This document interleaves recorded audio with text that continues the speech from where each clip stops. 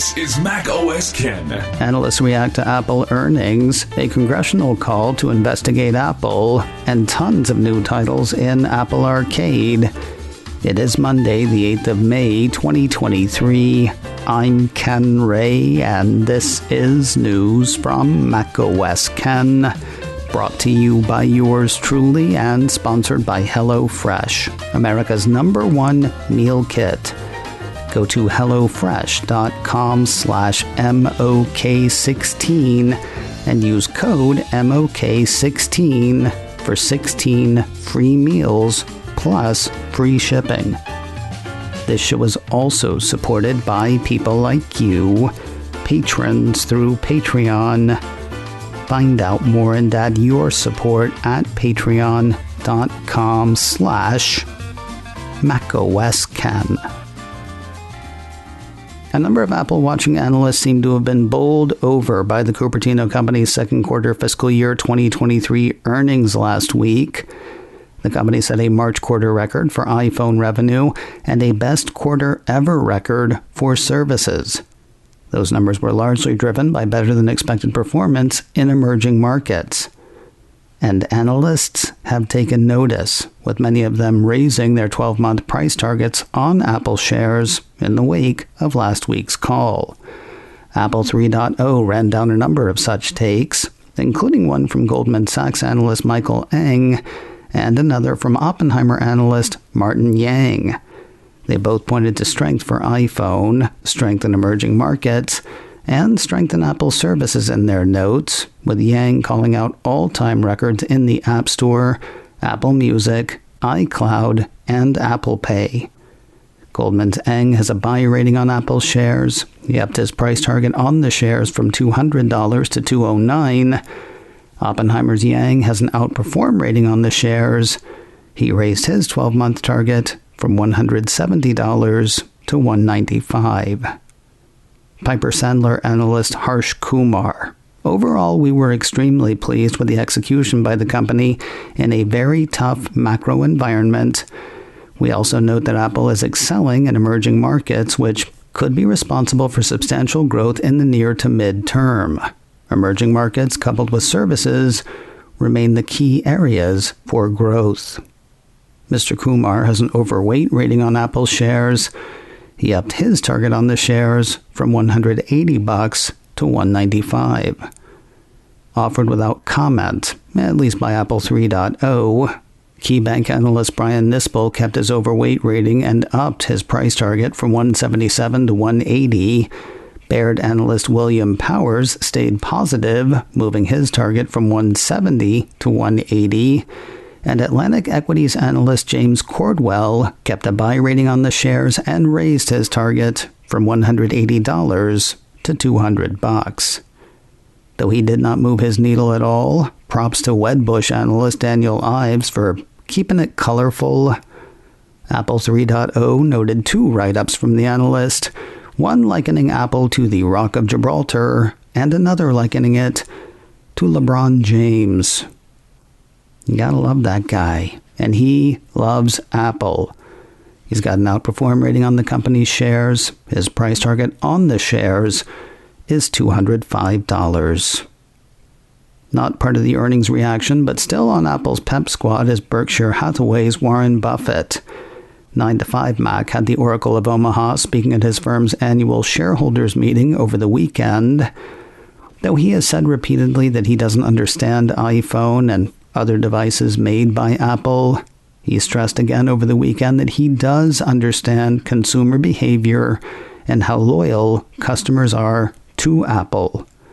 Last month he said that people would refuse an offer of $10,000 if it meant they could never have another iPhone.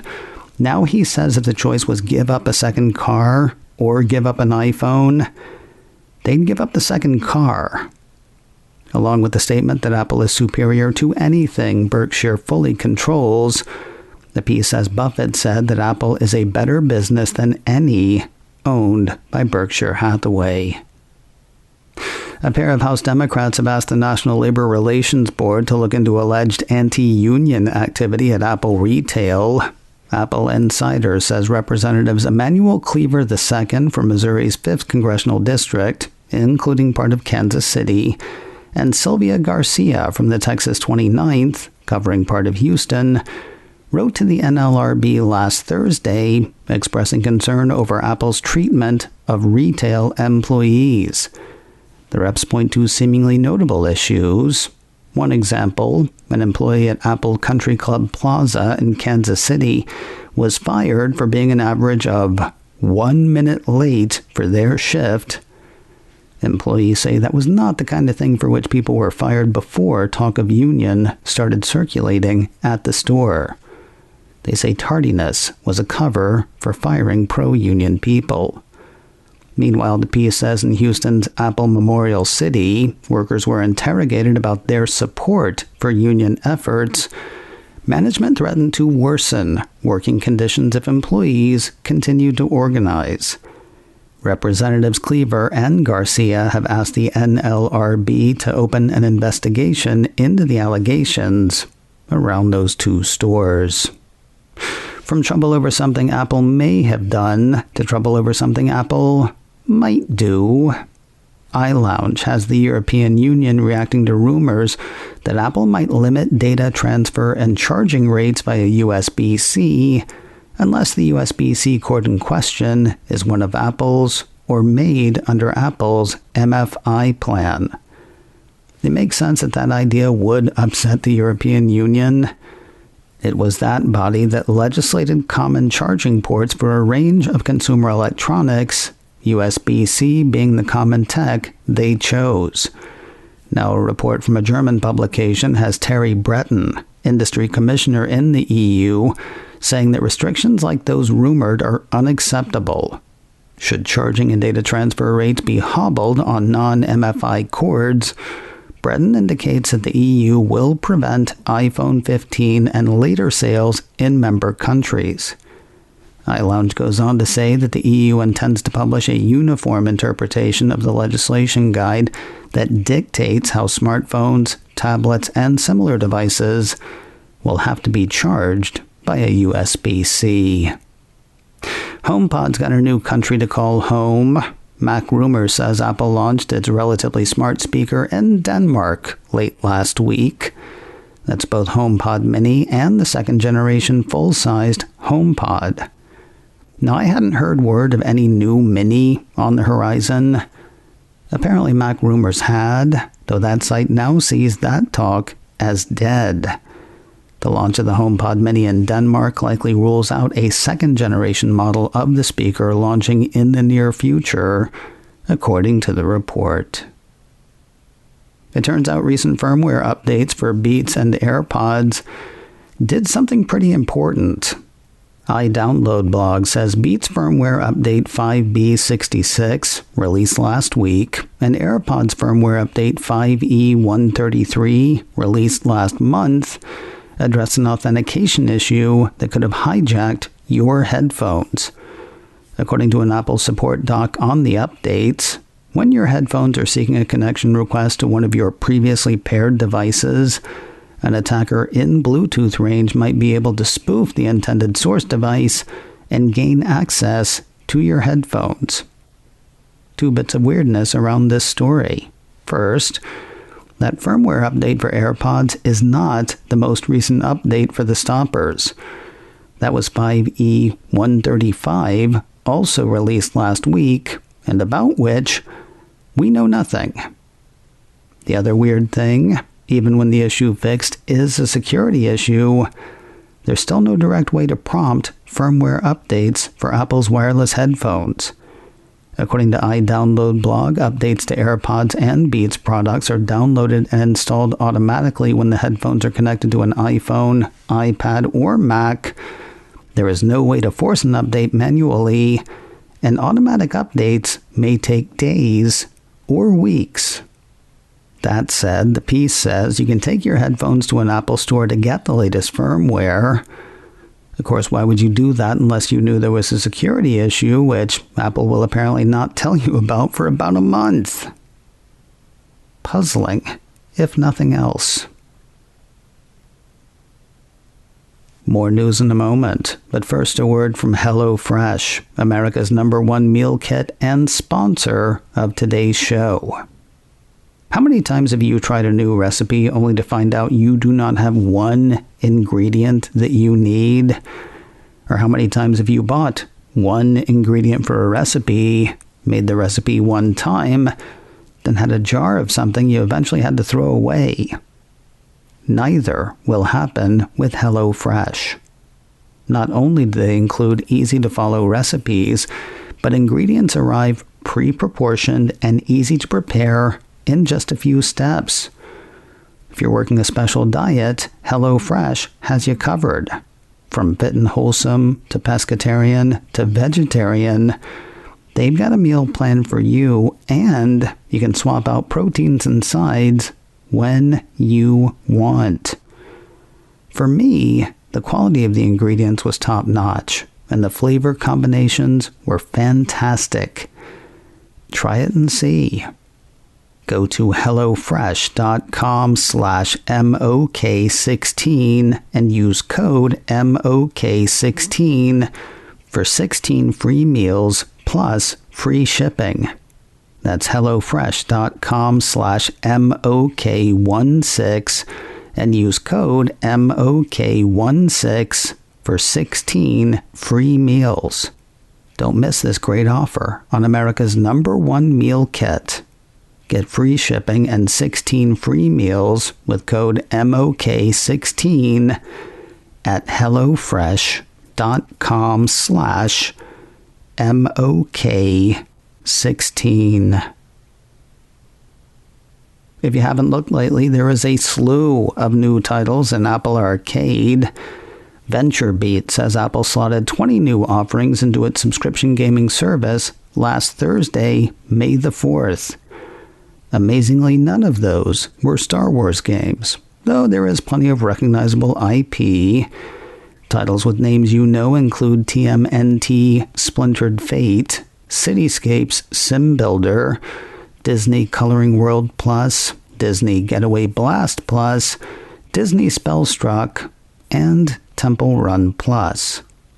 With 20 new titles, VentureBeat says last week's additions mark one of the biggest batches since the service launched, and you don't have to wait for any of them.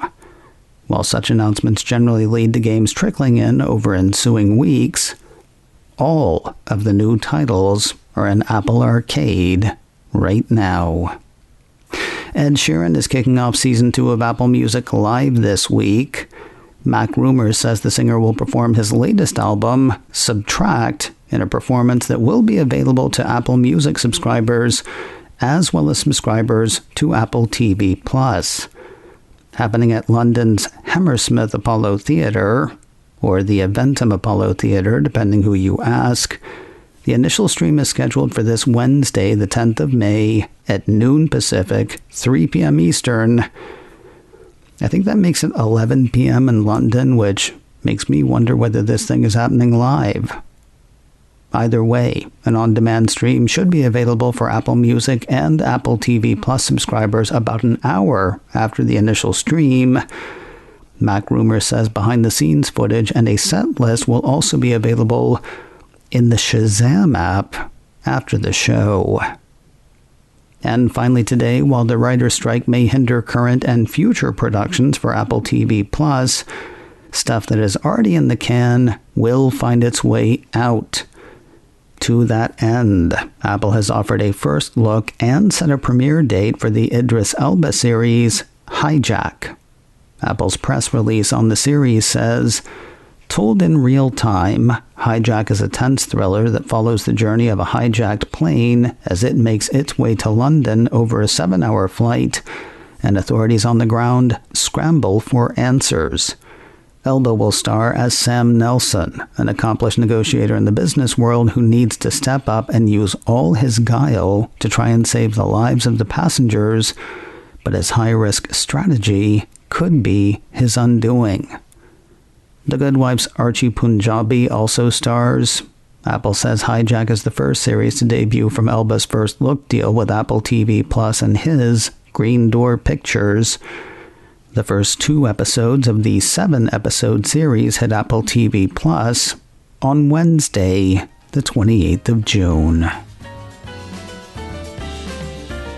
macOS Ken, brought to you by me and sponsored by HelloFresh, America's #1 meal kit. Go to hellofresh.com/MOK16 and use code MOK16 for 16 free meals plus free shipping. This show is also supported by people like you, patrons through Patreon. Find out more and add your support at patreon.com/macosken. Advertising handled by Backbeat Media, online at backbeatmedia.com. You can reach me a couple of ways. Info at macosken.com or call 716-780-4080. Until next time, that is news from macOS Ken. I'm Ken Ray.